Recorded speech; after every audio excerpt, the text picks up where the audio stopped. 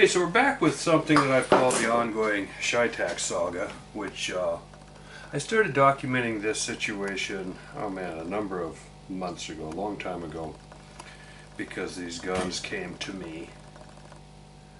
There was a question of whether the scopes were broken or something. They weren't coming on target. They simply were not.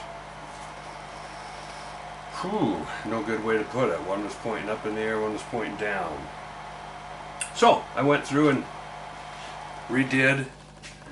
One of the other videos explains kind of what we did. When I mount a scope, I put it on permanently, forever and ever and ever, until it's time to take it off. So in one of the other videos that got out, because I was showing something else, I show removal of an epoxy base. This gun, this base, last time you saw it, it had glue all over the bottom of it. We had just removed it from here. We sweated, I melted it off with an iron.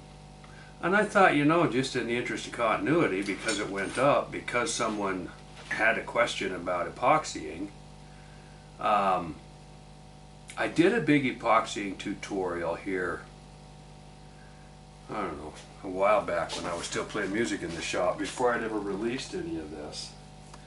And I brought out some gear today just to set it up, because this is in the other video series. In the background here is something that's not always associated with epoxy, but it should be. This is a vacuum chamber. When you're mixing high-grade epoxies for bedding material, if you use liquids, which I use liquids and then I add microspheres for bulk and to cut weight.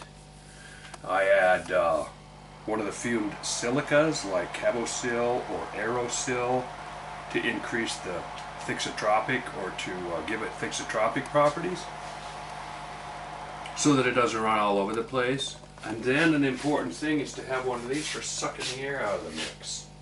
This one's been sitting here. I just fired it up to check it, make sure everything was working, which it is. I'll watch that gauge maybe. Not that this means a thing, but this is a fantastic little unit. Just watch the gauge fall. Well, I was going to drop it on the ground if I'm not careful.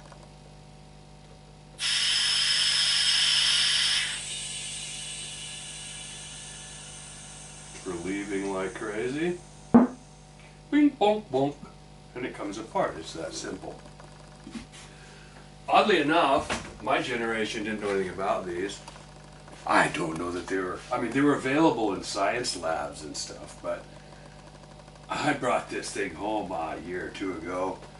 My kid was 9 or 10 years old. And he lit right up like a Christmas. Hey Dad, you have a vacuum chamber on the counter. What are you going to use that for? What do we could do, we could show, what, you know, we could do experience. It's all true. Thanks to the internet. Thanks to, you know, smarter every day, probably.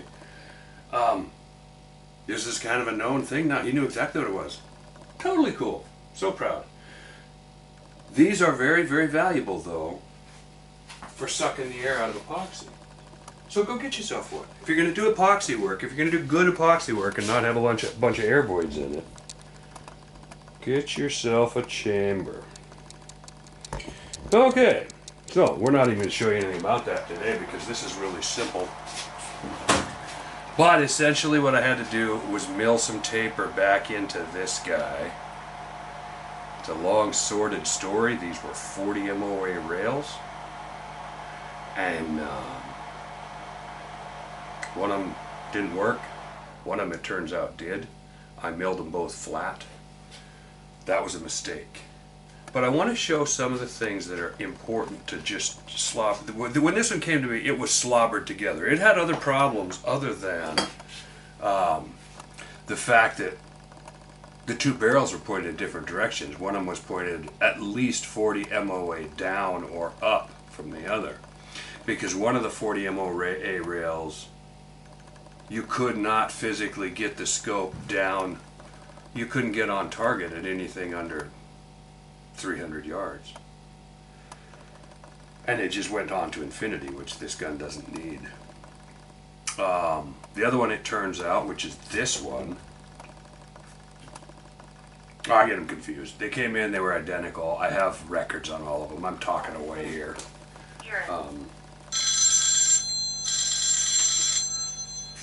I'm gonna have to take this.